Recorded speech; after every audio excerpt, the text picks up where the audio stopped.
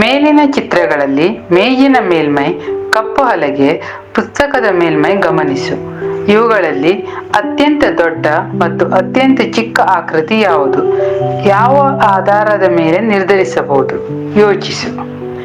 ಎರಡನೇ ಆಕೃತಿ ಕಪ್ಪು ಹಲಗೆಯು ಅತ್ಯಂತ ದೊಡ್ಡ ಆಕೃತಿ ಮತ್ತು ಮೂರನೇ ಆಕೃತಿ ಪುಸ್ತಕದ ಮೇಲ್ಮೈ ಅತ್ಯಂತ ಚಿಕ್ಕ ಆಕೃತಿಯಾಗಿದೆ ಅಲ್ಲವೇ?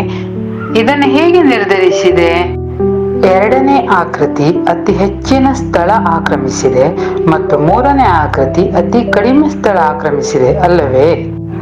ಒಂದು ಆಕೃತಿಯು ಆಕ್ರಮಿಸಿರುವ ಸ್ಥಳ ಅಥವಾ ಪ್ರದೇಶವನ್ನು ಏನೆಂದು ಕರೆಯುವರು? ಇದನ್ನು ಆ ಆಕೃತಿಯ ವಿಸ್ತೀರ್ಣ ಎಂದು ಕರೆಯುವರು. ಒಂದು ಆಕೃತಿಯು ಆಕ್ರಮಿಸುವ ಸ್ಥಳ ಅಥವಾ ಪ್ರದೇಶವನ್ನು ಆ ಆಕೃತಿಯ ವಿಸ್ತೀರ್ಣ ಎಂದು ಕರೆಯುತ್ತೇವೆ. ಸಾಮಾನ್ಯವಾಗಿ ಒಂದು ಆಕೃತಿಯ ಉದ್ದ ಮತ್ತು ಅಗಲವನ್ನು ಗುಣಿಸಿದಾಗ ಆ ಆಕೃತಿಯ ವಿಸ್ತೀರ್ಣ ಬರುತ್ತದೆ.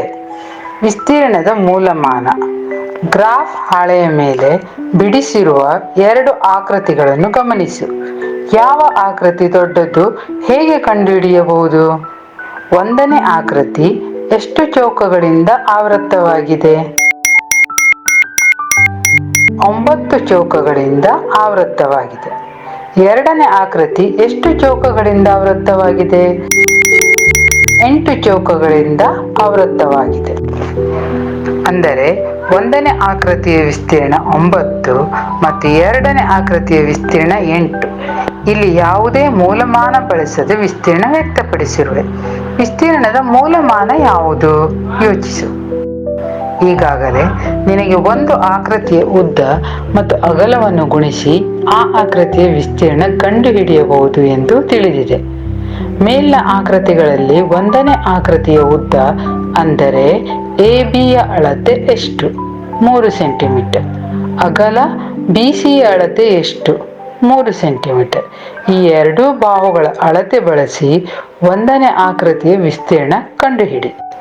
ಒಂದನೇ ಆಕೃತಿಯ ವಿಸ್ತೀರ್ಣ ಸಮ 3 ಸೆಂಟಿಮೀಟರ್ ಗುಣಿಸು 3 ಸೆಂಟಿಮೀಟರ್ ಸಮ 9 ಸೆಂಟಿಮೀಟರ್ ವರ್ಗ ಅಂದರೆ ಚದರ್ ಸೆಂಟಿಮೀಟರ್. ಸೆಂಟಿಮೀಟರ್ ವರ್ಗ ಎಂಬುದು ಅಳತೆಗಳು ಸೆಂಟಿಮೀಟರ್ನಲ್ಲಿದ್ದಾಗ ವಿಸ್ತೀರ್ಣದ ಮೂಲಮಾನ.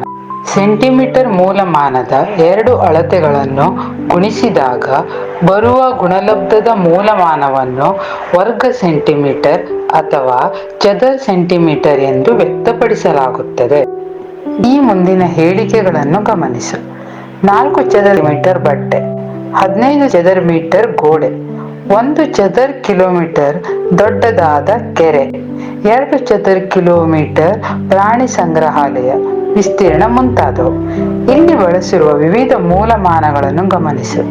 ಅಳತೆ ಮೀಟರ್ನಲ್ಲಿದ್ದಾಗ ವಿಸ್ತೀರ್ಣದ ಮೂಲಮಾನ ಚದರ್ ಮೀಟರ್, ಅಳತೆಯು ಕಿಲೋಮೀಟರ್ನಲ್ಲಿದ್ದಾಗ ವಿಸ್ತೀರ್ಣದ ಮೂಲಮಾನ ಚದರ್ ಕಿಲೋಮೀಟರ್. ವಿಸ್ತೀರ್ಣವನ್ನು ಚದರ್ ಮಾನದಲ್ಲಿ ವ್ಯಕ್ತಪಡಿಸಲಾಗುತ್ತದೆ. ಹೆಚ್ಚಿನ ವಿಷಯಗಳ ಬಗ್ಗೆ ತಿಳಿಯಲು ಈಗಲೇ ಸಬ್ಸ್ಕ್ರೈಬ್ ಮಾಡಿ.